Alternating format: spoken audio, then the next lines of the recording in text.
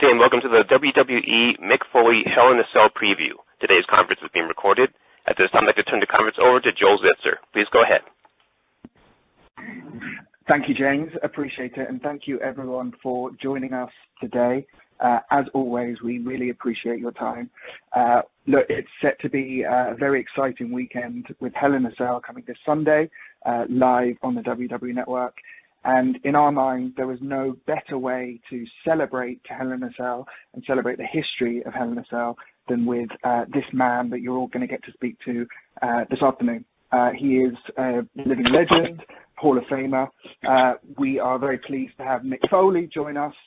So you will all get a chance to ask the question. For that to happen, we do ask that you limit yourselves to one question each.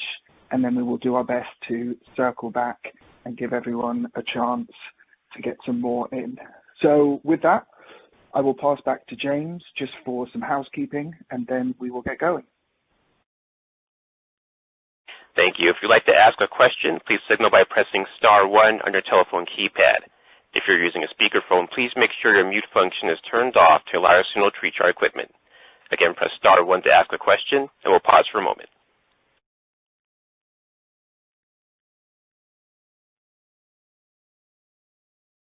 And we'll take our first question today from Alistair McGeorge with Metro UK. Hi, Mick. How are you doing? I'm doing good, thank you. Good. Glad to hear it.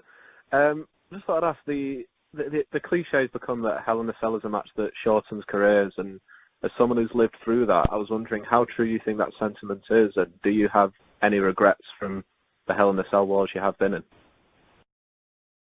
Oh, wow. Yeah, I would say Hell in a Cell, I could think it may have shortened my career. It was definitely the point from which I believed in my own mortality. So everything was different following that Cell match, for sure. I don't have any regret. I mean, I have, small regrets about some things I did later in my career. But no, I don't regret starting that matchup on top of the Cell. I mean, things did not work out like I had hoped, and the Cell collapsing when I was chokeslammed still has fallout for me. I had to just pay $425 US for a new bottom flipper, which are false teeth for the teeth that were knocked out in that Cell, and I'll have to pay another $15,000 or so to get those teeth fixed. So I'm still aware of that match every single day. But it really touched people and continues to touch people who weren't even born when the match took place. So in that case, no regrets about the battles I had in the Cell. Next, we'll hear from Vicente Diaz with Marca. Hello, sir. How are you today? Hi, Vicente. How are you doing? Very good, very good. I wanted to ask you about what happened in 1998 when we witnessed your incredible match against The Undertaker at the Hell in a Cell in this very special King of the Ring pay-per-view. But in your own opinion, I would like to know, is there any current superstar that in your mind is going to be able to have a better match than this one? Well, I mean, that was the most memorable match. I wouldn't say I think on a lot of levels the superstars have had much better matches inside the Cell. But it'll be tough to top that as far as being memorable. But I know that each WWE superstar who steps in there has put a lot of thought into, trying to create a memory that fans can hold on to for a long time. Thank you. You're welcome. Thank you. Next, we'll hear from Nims Azor with Sen Radio Australia. G'day, Mick. Greetings from Melbourne. How are you? Good. How's everything there in Oz? Yeah, we're getting by, but it's an absolute pleasure to chat to you, man. I'll get straight to the question. When Drew McIntyre was first let go by the WWE, you were one of the big proponents that sort of were sharing his stuff outside the WWE, and you sort of said, this guy's going to be back, and keep your eye on him because he's going to reach the top one day. He's going up against Randy Orton at Hell in a Cell. Randy Orton's another guy that you've crossed paths with a lot, especially famously your Backlash match back in 2004. Does it surprise you to see where both Drew and Randy are right now in 2020, or was it something that this is what you've been telling people to keep an eye out for? Oh, well, geez. As far as Drew, it doesn't, I mean, anytime someone becomes WWE champion, they're outperforming people's expectations. So I knew Drew had it in him to be, a top-tier WWE superstar. But, even I'm surprised that he became WWE champion. That was, 8 months ago? 8 months ago at WrestleMania? And I think he's really been part of the glue that's held the WWE together during it's been a really difficult time. And I think they've done an incredible job adapting. But yes, I am surprised that he has done, he's absolutely reached the peak that he has. And as far as Randy, it doesn't surprise me that he became the, amazing superstar he is. What does surprise me is how he's been able to reinvent himself over the years and still stay at the top of his game, 16 years after he and I had that legendary matchup at Backlash.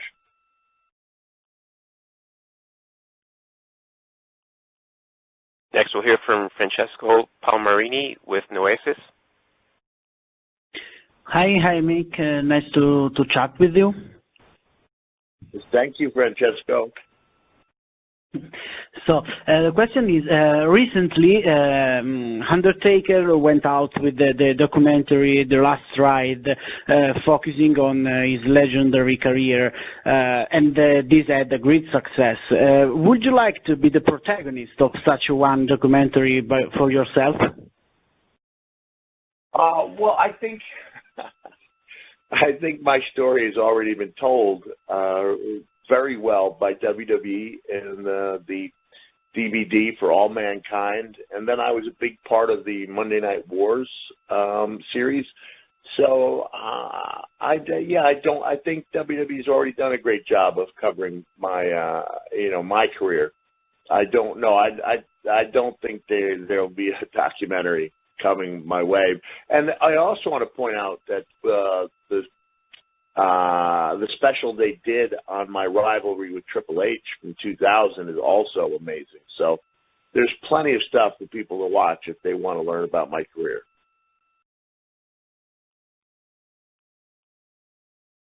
Maddie Paddock with Daily Star has our next question. Hi, Mick. Great to talk to you. I wanted just to touch on one of my favourite Mick Foley matches, the Boiler Room Brawl against The Undertaker in 1996 SummerSlam. I think if that was a match we saw in the present day, it would be one of WWE's highly polished cinematic classics with some great effects and all that kind of thing. But I'd love just to get your thoughts on some of how that match went, what you remembered from it, and how you feel it kind of stands the test of time, really. Yeah, that's an interesting point. I think it really could have been a very a memorable cinematic match. It was actually a disappointment to me in the sense that I thought the lack of commentary hurt it, and I understand that it was considered a compliment to not do commentary over a 17-minute match. But I thought it did hurt the match, and it injured both me and the Undertaker. Resulted in me hurting my back pretty badly, and the Undertaker developing a really nasty staph infection. So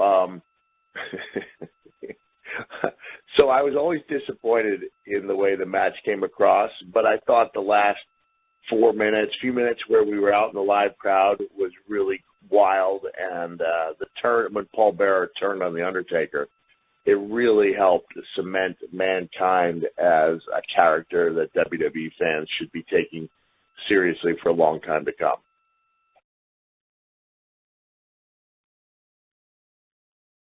Next, we'll hear from Leonardo Torres with El Comercio. Hello, Mick. I'm Leonardo from Peru. Mick. Hello. How are you doing, Leonardo? Thank you. Mick, when you entered the cell with The Undertaker, the situation is totally different. Could you describe the atmosphere that was created and if that encouraged them to perform better in the ring? What was the last part of the question? If that encouraged them to perform better in the ring. I don't know about that. As far as the atmosphere, it was an eerie. There was a lot on the line. People had seen one Hell in a Cell match before.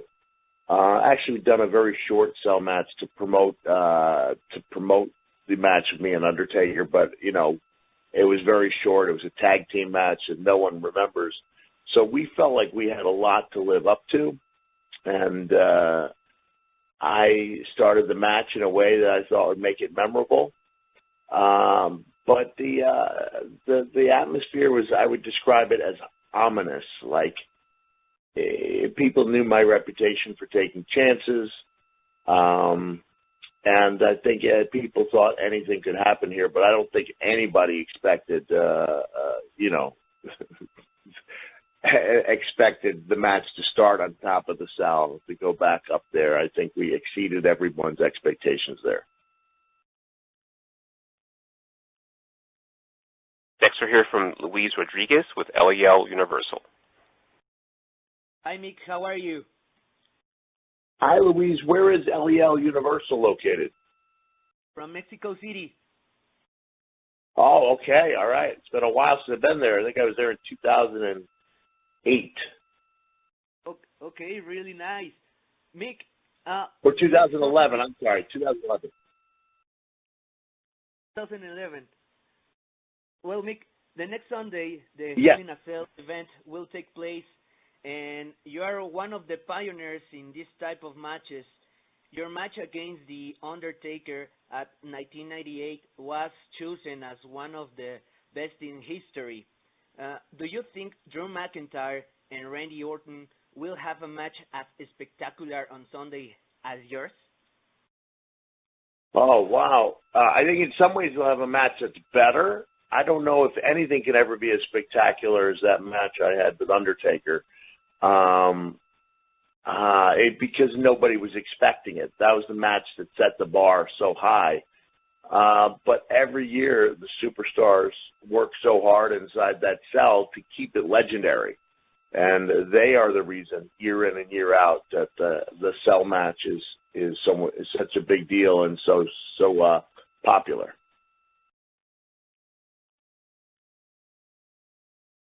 Our next question will come from Vincent Chardak with VL Media. Hi, Mick. How are you? How are you doing today? I'm fine, and you? Pretty good, thank you. Where are you located? Yes. In Bolivia, did you say? Excuse me? I just saying that I was... I didn't hear you. Where I'm from. Can you hear me? Yes. Oh, okay. Thank you. Oh my God. My question is about the clash between Roman Reigns and Jey Uso in the first ever Hell in a Cell I Quit match for the Universal title this Sunday. We saw you in those matches in the past, and you know how difficult can be an Hell in a Cell and an I Quit match. You were versus The Rock, versus The Undertaker, versus Triple H. But it's a big premiere to see those stipulations mixed. So what do you expect for this match? How dangerous can be this match, and what advice would you like to give to Roman and Jey? Yeah, that's a good question. It is really interesting to see an added stipulation to the cell, because the cell in and of itself is maybe the best stipulation match there has ever been. So I think it's great to set it apart from the other matches. And I know there's a lot of pressure on both Jay and Roman to come up big. A lot of pressure on Jay as well to prove that, he deserves to be headlining a pay-per-view match of this magnitude. It's one thing to do it as a tag team, and they've been an incredible tag team. It's another to do it as a solo superstar. So I'm wishing him the best. And I think Roman feels like he has a lot to prove. It's a new side of Roman. A lot of people are embracing it. I think he's been great since teaming up with Paul Heyman. And I expect them to do everything in their power to steal the show.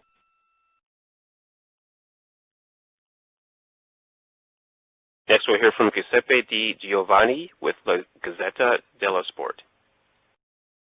Hi, Mick. Nice to meet you. You love storylines. Fantastic. Oh, you love storylines. Which is, in your opinion, the best storyteller in WWE in this moment? Oh, there's an echo when you're talking, so I can't understand the question. Are you asking who my favorite superstar at the moment is? Exactly. The best storyteller in the ring. Oh, best storyteller in the ring. Wow. Okay, that's a good question. We all consider ourselves to be storytellers. And of course, we have storylines that go into the matches, and then storylines within the matches. Well, I love Bray Wyatt as a storyteller. Bray is really good. Randy Orton, great storyteller inside the ring. I've always liked Sasha Banks as a storyteller inside the ring, and a couple of them are in main events, so I think it's going to. There's a bunch of good ones. There's really an art to it, not just to have a great athletic match, but the art of getting people emotionally caught up in what we're doing inside the ring.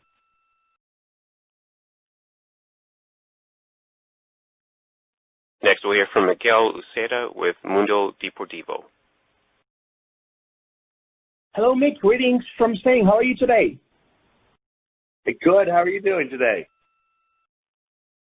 I'm fine, thank you. It is a pleasure for me to be here talking to a legend of the business. So, not too much ago, I have a question for you. Complained. Can I ask you a question? So, sure. ¿Cómo te portaste este año? Oh, qué bien. Muy buen español, ¿eh? I was really good this year. That's enough. I speak Santa Spanish so that I can be Santa for Spanish-speaking families. Hopefully you can come this year. So, not too much ago, Mick, Arn Anderson complained of the overuse of the Hell in a Cell match in WWE nowadays. So, Mick, as an expert in the matter, what is your opinion of WWE using this structure as a yearly pay-per-view event? Oh, I don't think a yearly pay-per-view event is overdoing it at all. WWE, they do a great job of marketing events, and if it was overused, we would know it because there would not be a continued fascination with the cell. So I think it's something people look forward to. So to me, saying the cell is overused is like saying WrestleMania is overused.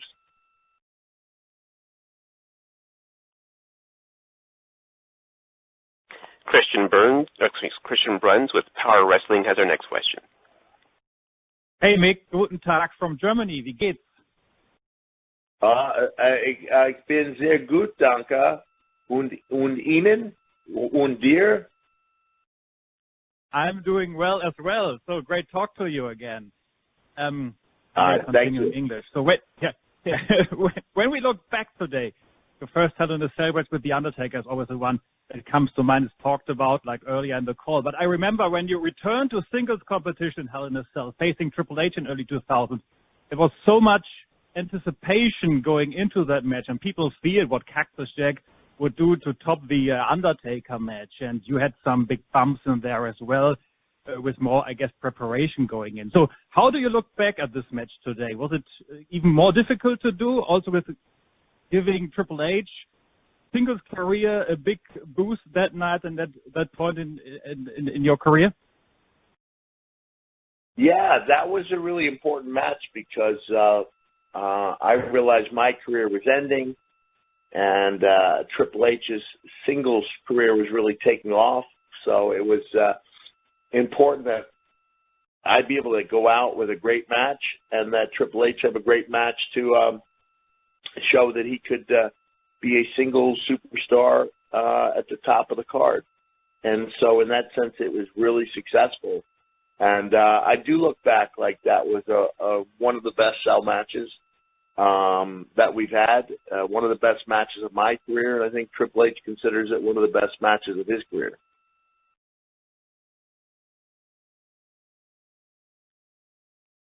Next, we'll hear from Michael Henson with Sporf. Hi, Mick. How are you today? Good. How are you doing? Yeah, great. Thank you. Great to talk to you again. Just picking up on a point you mentioned in WWE Untold, you were saying that Vince asked you before the match about you being up there, and you said, yeah, despite you not doing so. Do you think that at that point Vince knew you were lying, and is that something you regret once you're on top of the cell? Well, I regretted it that night because I was terrified. If I had ever gone up on top of the cell in the afternoon, you guys wouldn't be talking to me, 22 years after the fact, because we would have had a good match, but nothing memorable. So I regretted it that night, but the fact that we are talking about it 22 years after it took place, I think is a pretty good indication that, we accomplished something special that night, both with what I'd planned and what, went wrong and was completely unplanned.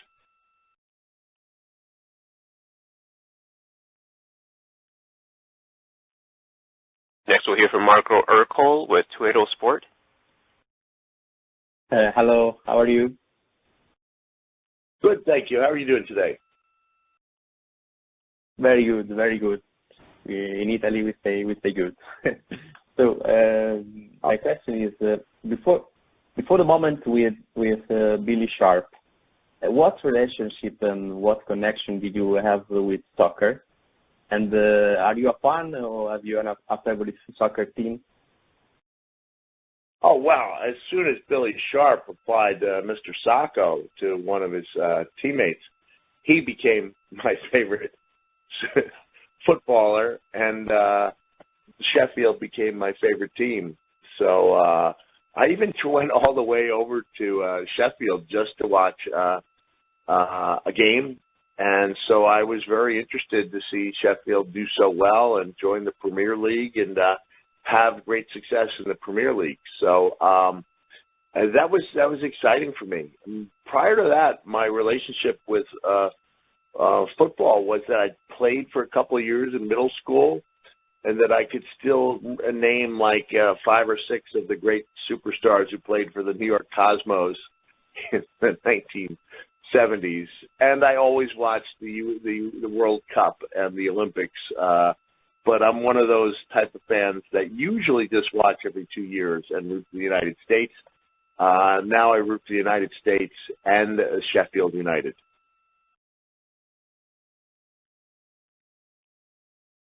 Our next question comes from Ahmed Sani with Astro Malaysia. Hi, Mick. It's a dream to speak to legend. It's been 20 years since I was in Malaysia. Awesome. When was that? That was, I think, 2000 or 2001. So either 19 or 20 years. I really liked it there.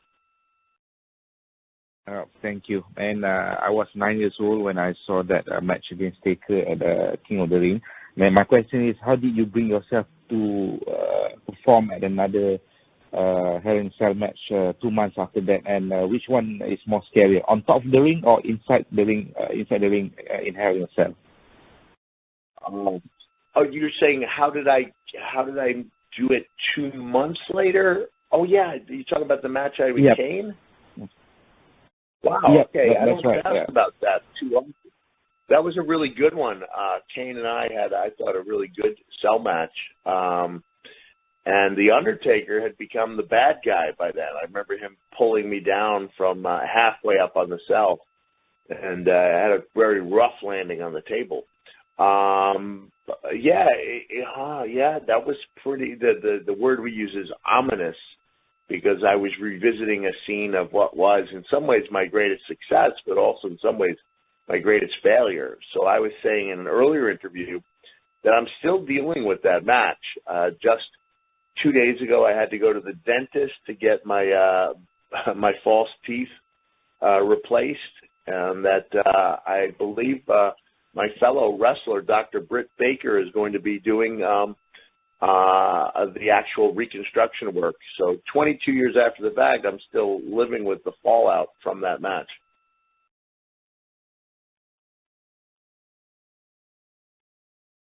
Our next question will come from Daniel Marland with Sport Bible. Hello, Mick. How are you doing? Good. How's everything? Not bad. We're not bad over here in England. Oh, good. What part of the UK are you in? Manchester. All right. I remember doing the Dance House Theatre in Manchester.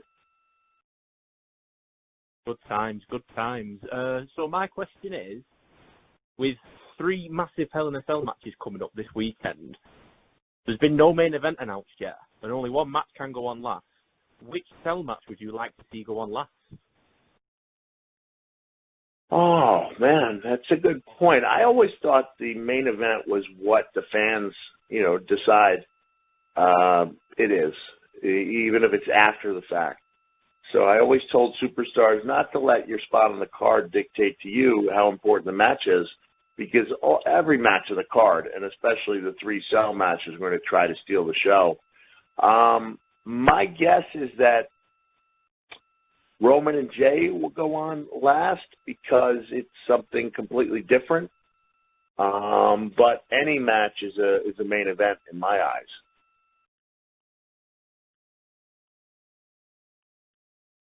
Miguel Perez with Marca has our next question. Hello, Mick. How are you? Hi, Miguel. How are you doing? I'm fine, thank you. Mick, which of the Hell in a Cell matches with women's are your favorite? Which of the Hell in a Cell matches? Then I missed the last part. Which ones are my favorites? Yes, I asked for the female Hell in a Cell matches. Which is your favorite? Oh, the female cell matches. Oh, wow. Well, I was glad to be the WWG Raw GM, Raw General Manager, when we had our first female Hell in a Cell match. That was Charlotte and Sasha, and I thought they had a tremendous match. But I think my favorites, that was a great one, but I think the man, Becky Lynch and Sasha, had my favorite female match. With that being said, I think that my favorite female match of all time, which it obviously was not in the cell, was Bayley and Sasha at NXT TakeOver. I can't remember the year, but I think it was 2015, I think. And so if any 2 women could top what Becky and Sasha did, it would be Bayley and Sasha.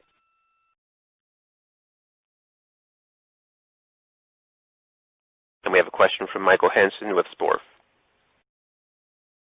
Hi, Mick. Just on the commentary call from JR, obviously it's been so famous. Can you describe what that experience was like being thrown off top of Hell in a Cell? Could I describe it for you? Yeah, so obviously it happened so fast, but what are your memories of it, if at all? Well, I've said in this interview, and I joked about it in a special I did for WWE Network, that if I had ever gone up on top of the cell earlier in the day, as I assured Mr. McMahon I had, we wouldn't be having this phone call, because I never would have gotten back up on top of the cell that evening. I was terrified. I was so glad that when I read Chris Jericho's autobiography, he mentioned that he had wanted to do something off the top of the cell, but when he looked down, the people looked like ants. And then he said, I'm not exaggerating, they looked like ants. And I thought to myself, that's exactly what they look like. They look like ants. Like, I couldn't believe how ridiculously high off the ground we were. And I was absolutely terrified. I thought it was the worst idea I'd ever had in my life.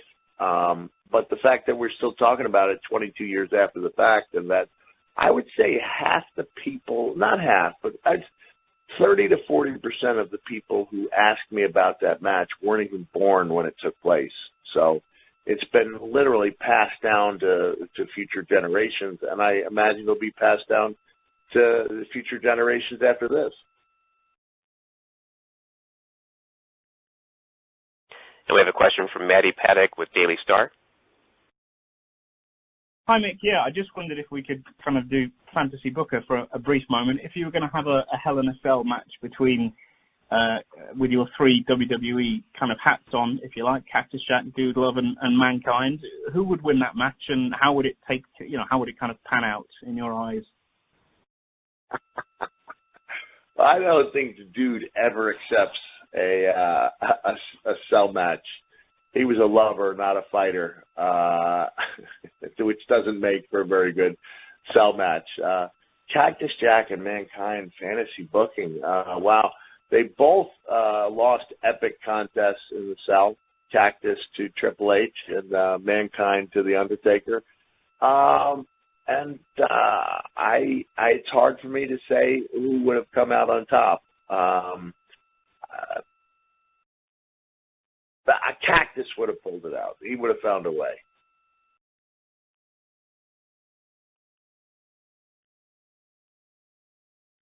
And Mr. Zitzer, there are no further questions at this time. Okay, thank you very much.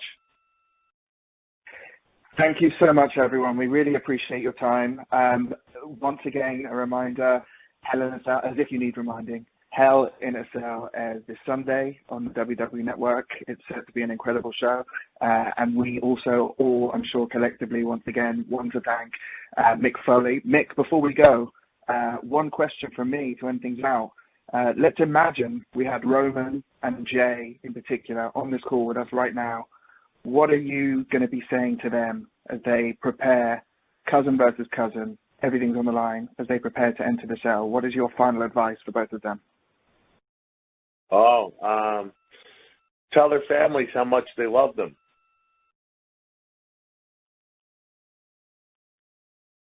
Well, there is no better advice than that. Once again, thank you everyone so much. We hope you have a good rest of your day, and we will speak to you again soon.